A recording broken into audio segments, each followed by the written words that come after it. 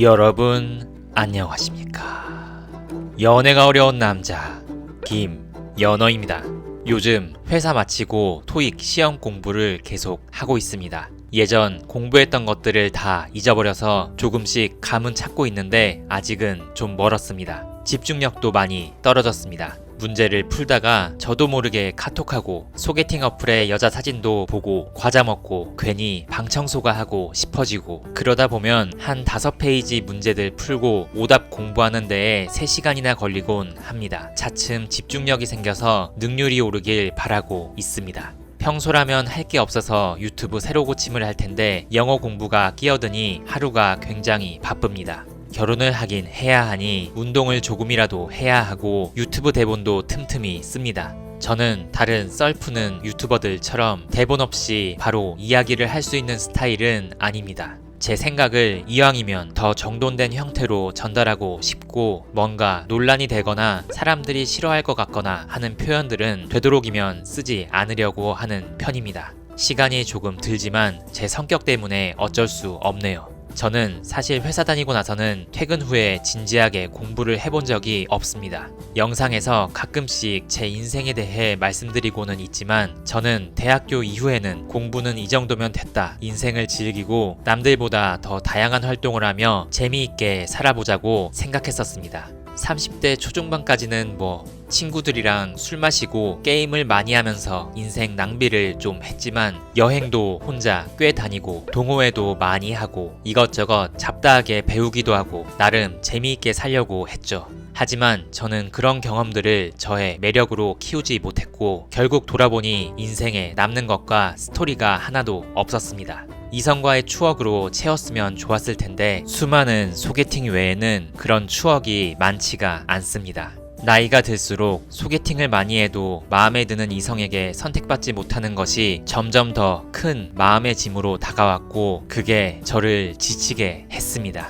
무언가를 집중해서 하거나 즐거운 것을 할 마음의 상태가 되지 못했습니다. 그래서 한창 배달, 대리운전 등 알바에 빠졌던 때가 있었습니다. 일한 만큼 정직하게 통장에 들어오는 재미에 빠졌죠. 몇 년간 꽤 했었는데 몇백만 원이 통장에 더 있다고 제 인생이 더 즐거워지지 않더라고요. 알바를 할 때는 괜찮은데 일 끝나고 나서 내가 여자친구도 없이 이게 뭐 하는 거지? 하는 현타가 오는 그 느낌이 싫었습니다. 정리하자면 이제는 남는 시간에 즐겁고 생산적인 무언가를 할 마음가짐도 안 되고 알바도 이젠 별로 즐겁지 않아서 소개팅 말고는 아무것도 하는 것이 없습니다. 일 끝나고 혹은 주말에 남는 이 여유 시간은 원래는 마음에 드는 이성과 데이트를 하거나 결혼해서 가정을 케어하는 데에 써야 하는 시간입니다. 근데 결혼하지 못해서 아까운 인생을 허비하고 있고 다른 생산적인 활동이라도 해야 하는데 우울한 마음 때문에 거의 아무것도 못했습니다.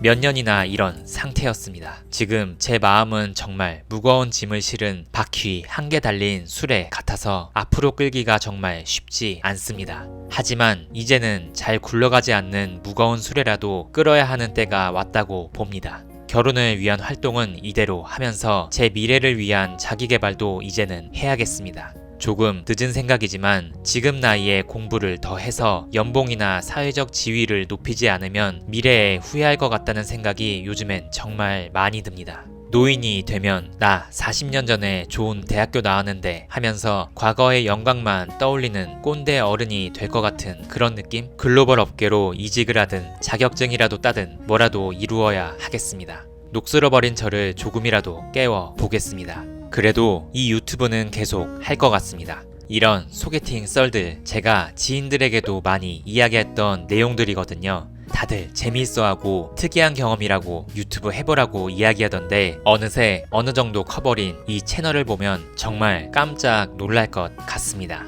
그리고 영상 내용들을 많은 분들께서 공감해 주시니 조금은 뿌듯한 느낌이 있습니다. 아직 예전 소개팅 썰이 몇 개 남긴 했고요. 그것보다도 실시간으로 소개팅을 종종 하다 보니 썰이 계속 생겨서 대본 짜는 게 시간은 조금 걸리지만 영상 만드는 것 자체는 아직 괜찮은 것 같습니다. 영상 만드는 게 조금은 지겹고 좀 쉴까 하는 생각이 가끔 들기는 하는데 오랫동안 사랑해주시는 구독자분들도 늘어났고 요즘은 많이들 회원 가입을 해주셔서 그게 힘이 되고 있고 뭔가 책임감도 들고 그렇습니다.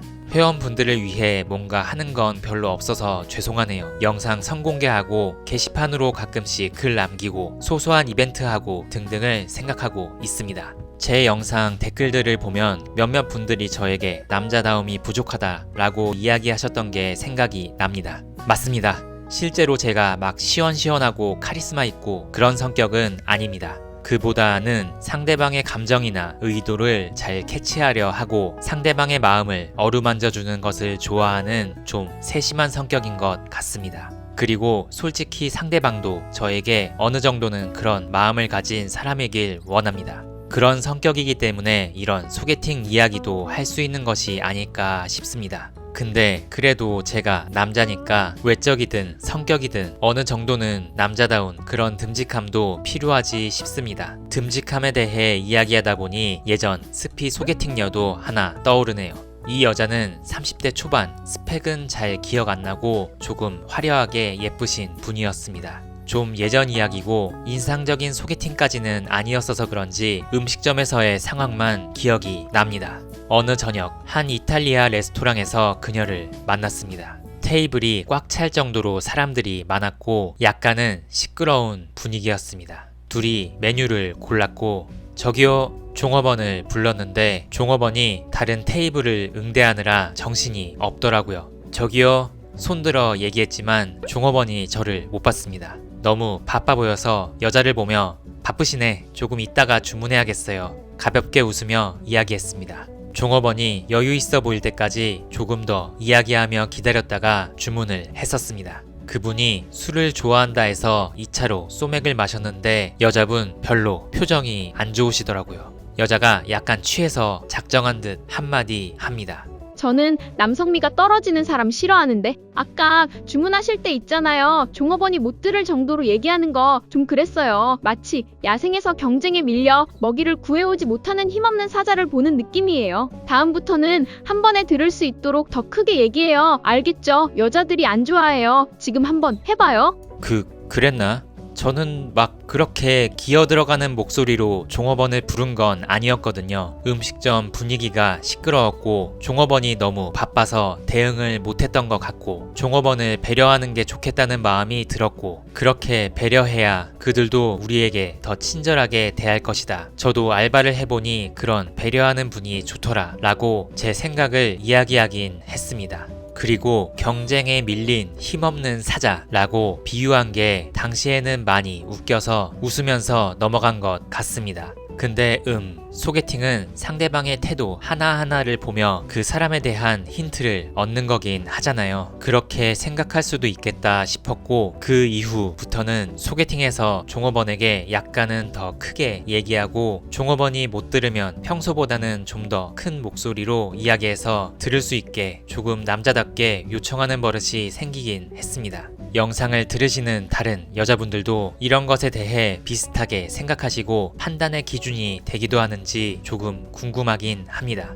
이 여자는 사실 몸매도 좋고 예쁘긴 했습니다. 한번 만나고 차였습니다. 별 이유 없이 만난 며칠 뒤에 차단당했는데 어플에서는 자주 있는 일이니 그러려니 했습니다. 아마 술 마시면서 이야기했던 남성미가 떨어지는 사람이라는 것이 그 이유겠죠. 그래도 직접적으로 이유를 말해준 것이니 고맙다고 생각해야겠습니다. 저보다 더 수컷의 향기를 풍기는 남자를 찾으러 갔나 봅니다. 저도 한창 때는 남자로 보이기 위한 연습을 좀 했었습니다. 조언해주는 유튜브 영상을 보면서 태도도 당당하고 쿨하게 바꿔보고 했었는데 그게 제 본 모습이 아니다 보니 금방 미천이 드러나긴 하더라고요. 너무 바꾸기보다는 남자로 보이기 위한 한두 가지 작은 포인트들을 생각해보고 좀 더 추가해보는 것으로 하겠습니다. 네. 평일 점심시간에 청계천에서 영상을 한번 찍어 봤습니다. 길을 걷다 보니 어느새 꽃피는 게 보이더라고요. 그냥 평범한 식물 활동 중 하나일 뿐인데 괜히 마음 한구석이 더 우울해집니다. 예전 생각이 좀 납니다. 20년 전에 예전 첫사랑이 재수학원 들어갔을 때 남쪽 지방 벚꽃을 일찍 보여주려고 부산 쪽에 내려가서 벚꽃을 꺾어서 편지로 보낸 것도 생각이 나고, 벌써 2년 전에 예전 종교 이슈로 헤어진 여자친구랑 벚꽃길을 걸었던 기억도 납니다. 그때 봄 주말에 그 여자랑 당근 일일 알바를 같이 했었거든요. 성격이 잘 맞았던 참 좋은 친구였습니다.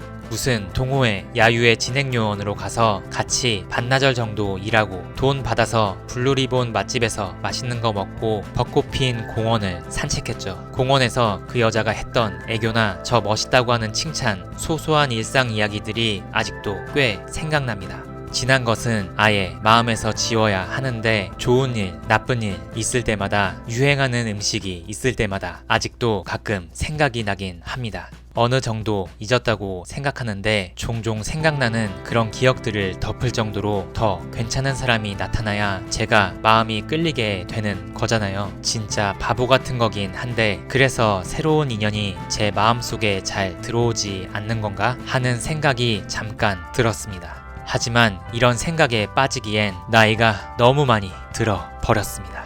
힘을 좀 더 내봐야겠습니다. 소개팅은 몇 개 하고 있습니다. 결정사도 있고 어플도 있고 지인 소개팅도 있고 인상 깊었던 사람들도 있었습니다. 그건 다음 영상으로 말씀드리도록 하겠습니다. 따뜻한 4월입니다. 모두 좋은 인연과 즐거운 시간 보내시길 바라고요. 저도 열심히 살고 있겠습니다. 오늘 영상은 여기까지입니다. 모두 행복하시길 바랍니다.